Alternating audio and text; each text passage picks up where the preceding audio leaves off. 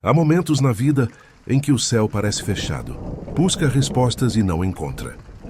E em meio à espera se pergunta: será que Deus se esqueceu de mim? Mas o silêncio de Deus nunca é ausência.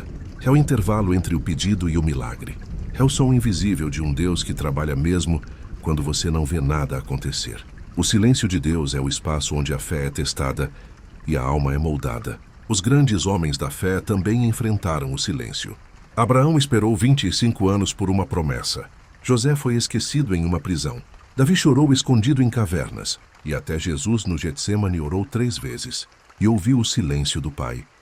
Foi nesse silêncio que o propósito foi forjado. Deus não forma guerreiros no barulho. Ele forma no deserto, onde ninguém aplaude, ninguém entende e ninguém vê. Se hoje você está nesse lugar, não se desespere. O silêncio não é castigo, é treinamento.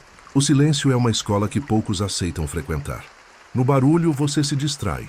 No silêncio, você se encontra. É ali que Deus te mostra quem você é. Sem máscaras, sem ruídos, sem aplausos. Ele te ensina a confiar, não quando tudo faz sentido, mas quando nada faz. A fé verdadeira não nasce nas respostas. Nasce nas esperas. Enquanto você chora, Deus move peças que você nem sabe que existem. Enquanto você reclama, Ele te prepara para algo que você ainda não entenderia. O silêncio de Deus é o ruído do céu em construção. Parece parado, mas não está. Parece distante, mas está ao seu lado.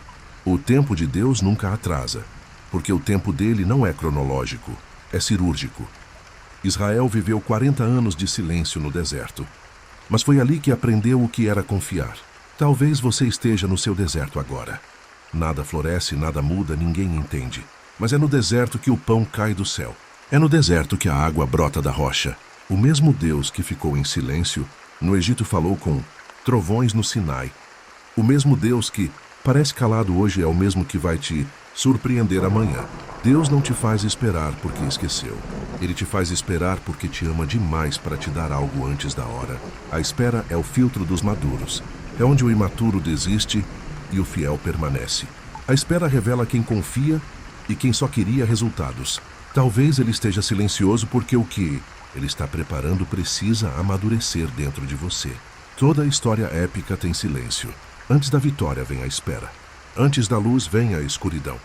Antes da voz vem o silêncio. E é nesse silêncio que o personagem se torna herói.